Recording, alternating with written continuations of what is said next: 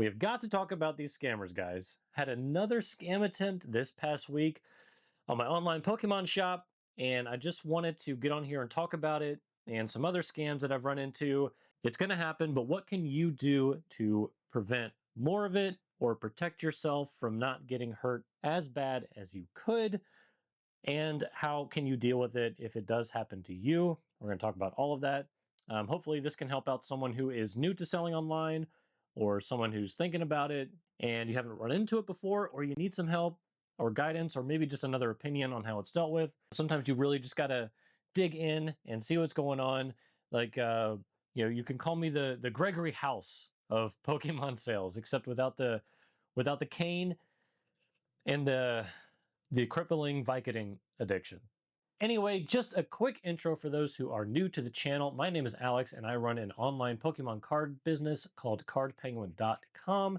And this channel is a way for me to document and talk about my journey while I build and grow my business, and also give updates and talk about what's going on in the Pokemon card world, marketing news, all that good stuff. So if that sounds interesting to you, you're welcome to hang out and consider subscribing if you want to see more. All right, so this particular scam last week was actually a PayPal scam. And what this scammer or likely group of scammers will do is steal a bunch of PayPal accounts, and it's all going to be under, legitimate looking names, different addresses, different emails, phone numbers, but it's the same group of people who's taking these and going on to my site and other sites like mine, I'm sure, and making just a bunch of purchases so that they can get free product, and the customer, or not customer, but the person whose account they stole is going to be out that money. I'm out the product. These scammers will also generally, if you're talking about like a PayPal scam, are going to try to keep their transactions under a certain amount so that the account doesn't get flagged or send any sort of verification or anything like that. In this case, it was under $150 per order. And I could see that across the different orders under the different names coming from that same area. And what they would do would be sending multiple orders in over the course of a day or two. So they would send the one in, wait a little bit of time, go in and send another for like $149. Like, it's literally right under there. And it's consistent across the different names. Where a normal customer wouldn't want to do that, obviously, they're going to make their order likely all at one time. They're not going to want to pay multiple shippings to get stuff delivered at the same time. A normal customer would reach out to you and probably ask you to combine them if they, for some reason, had to make multiple orders, right? So another scam that people will do is, just straight up with credit cards, find a credit card or steal it online or buy it online, something like that.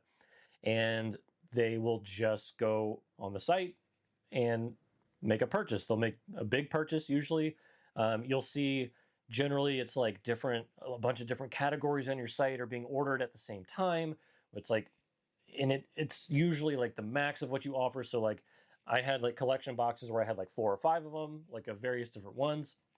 So they would buy like 3 of one and 5 of one and 2 of one, and then like a bunch of packs, the most they could order. And if you see that customer is probably not real. I mean, that's first of all just a large purchase, but it's across a variety of different like sets and product types, which is unusual behavior. And then a lot of times they'll just keep doing that again in certain increments. So I had one last year where they were trying to keep it under 500. So like 498, 495, 499, like consistently making those purchases. And that's clear behavior, right? So what do you do against that? Like, how do you actually determine, is that a scam, or is this actually a customer trying to, legitimately make a purchase? Well, reach out to them, right? Send them an email, whatever email they provide. Shoot an email over to them. Be polite, be nice about it. You don't have to be accusatory or anything like that. You can use ChatGPT to help you write something if you really want, but just be like, hey man, noticed you place a big order on the site. That's super awesome. Just wanted to reach out and see how you heard about us. And if there's anything I can help do with your order as far as like packing and shipping goes, or I noticed you placed several orders. Did you want me to go ahead and just pack those all together and send them as one? And just engage them and see how they respond. If you don't get any response, red flag. I mean, obviously, big purchases or regular purchases like that, that customer is probably going to be responsive if you send them something, especially if it's regarding, like, if it seems like you're going to hold their order, right? So send them something out, see if they respond. I usually give them like a day or two to respond. If they don't, red flag. But what you can do, if they provided a phone number, give them a call, or you can do a follow-up email. It really depends on how long you really want to drag this out. But I'll give them a call, and I'll see if they answer, and if they do, I'll talk to them about the order and just kind of assess the situation from there. In this case, last week I did try to call them in case this was a legitimate purchase. I wanted to make sure. I did call them. Every number, back to back to back, every number on the different accounts, not in service, right? So huge red flag, not in service. They're not answering. You have no idea if this person's legitimate. What do you do from there? Cancel and refund the order. That's all you got to do. Yes, you're going to be out some fees from the credit card company or from PayPal, but that is worth way more than not only losing the product, but losing more money when you're inevitably chargebacked from the person whose account it actually belongs to.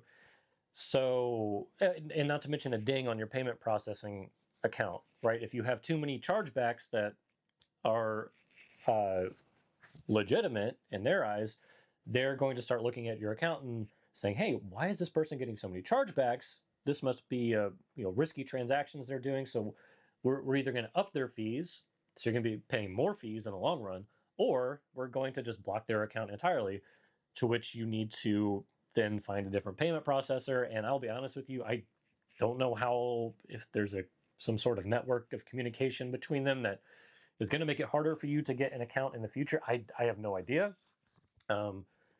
But you definitely want to just nip that in the bud, take the 3 to 4% hit, and just retain your product and sell it another day to an actual customer. There's also the real customer who's going to try to submit a chargeback for a product they did receive. I've had this happen to me as well, and I've won 100% of those, and here's how I did it. You want to document as much as you can, right? So any communication with the customer, any packing of an order, the weight of your order, as well as the shipment information and delivery confirmation. Any orders over a certain amount, you can set your own limits, but $400, $500, you can require signature at delivery. It's going to cost a little bit more, but again, for ease of mind and to protect yourself in the future, it might be worth it.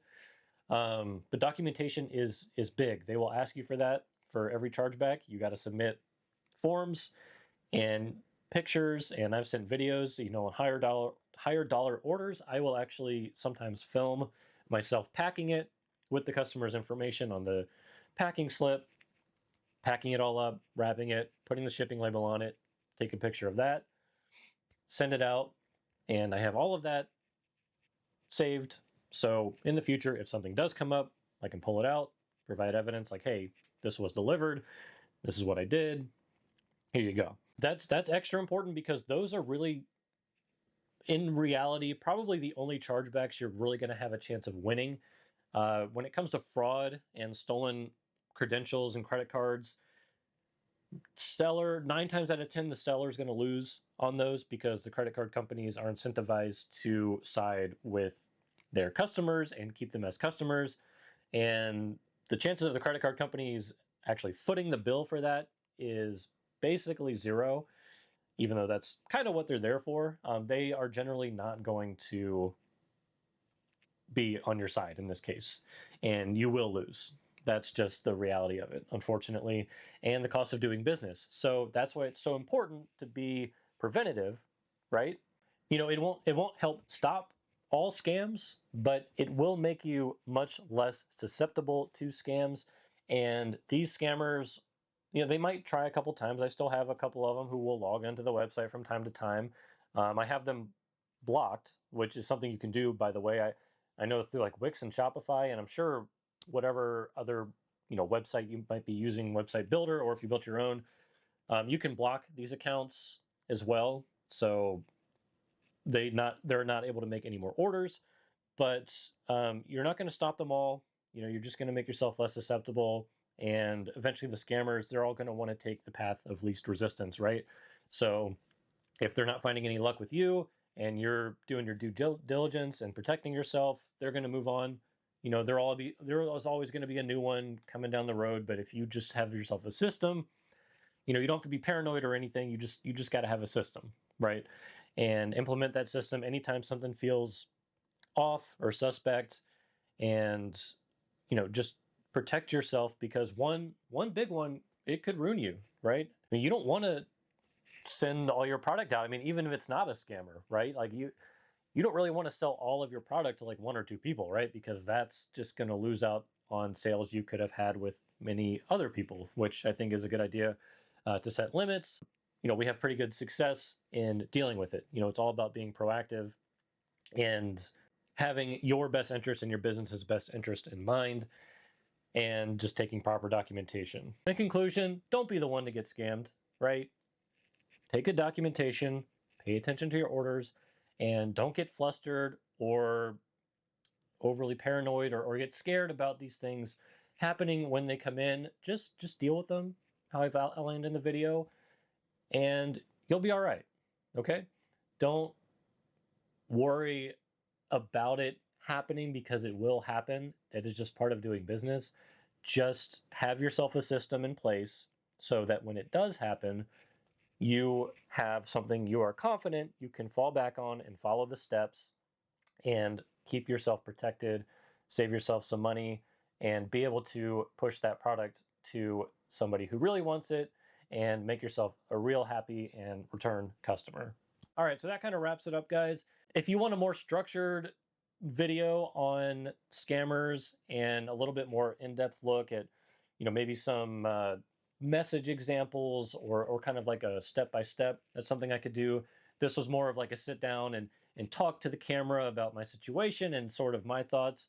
Hopefully it didn't get too rambly, but I kind of like this sitting down and just talking about it thing. And let me know what you think. Do you prefer this, or do you prefer a little bit more structure and guidance in the videos? Either way, if you enjoy this or want to hear more about my Pokemon card business journey or other Pokemon card news and market updates, consider hitting that subscribe and hanging out. It would be very much appreciated. I'm sure there's a couple other videos popping up right now if you want to check those out. Otherwise, guys, that's all I got for you. I appreciate you sticking it out, and I will see you in the next one. Have a wonderful day.